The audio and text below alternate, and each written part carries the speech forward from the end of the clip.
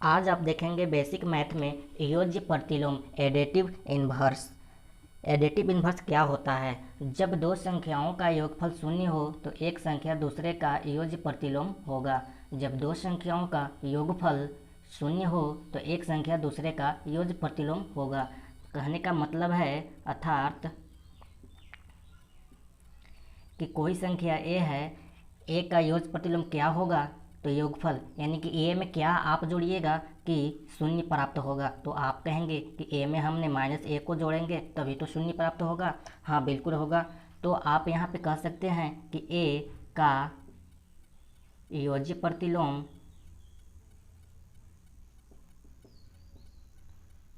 -a होगा तथा -a का योज्य प्रतिलोम +a होगा।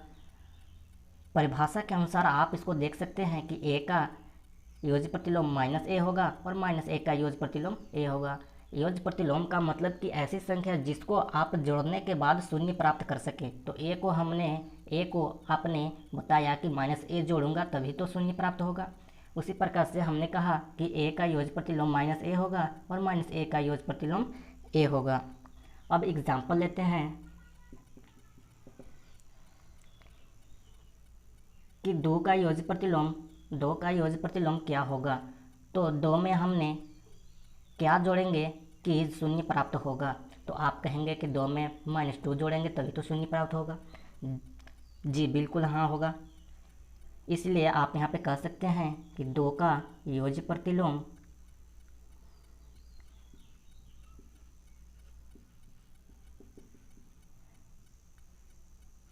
-2 होगा और -2 का योज्य प्रतिलोम +2 होगा।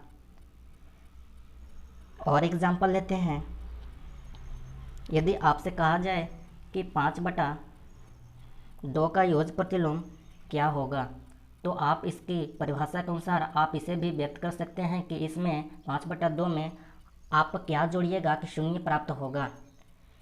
तो आप कहेंगे कि 5/2 में -5/2 को जोड़ देंगे तो बिल्कुल शून्य प्राप्त हो जाएगा। सही कहा आपने।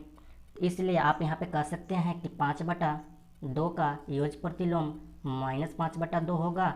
और अब और एग्जाम्पल लेते हैं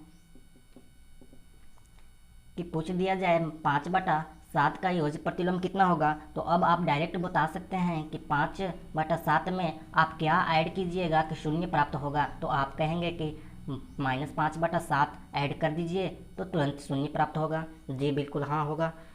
तो इसलिए आप कह सकते हैं कि 5/7 का योज्य प्रतिलोम -5/7 होगा तथा -5/7 का योज्य प्रतिलोम +5/7 होगा। इसका मतलब ये फिक्स होता है कि अगर किसी भी चीज़ का पूछ दिया जाए योज्य प्रतिलोम, तो अगर प्लस में हो तो आप माइनस में डायरेक्ट बताइए। जैसे कि 3/4 का योज्य प्रतिलोम तो -3/4,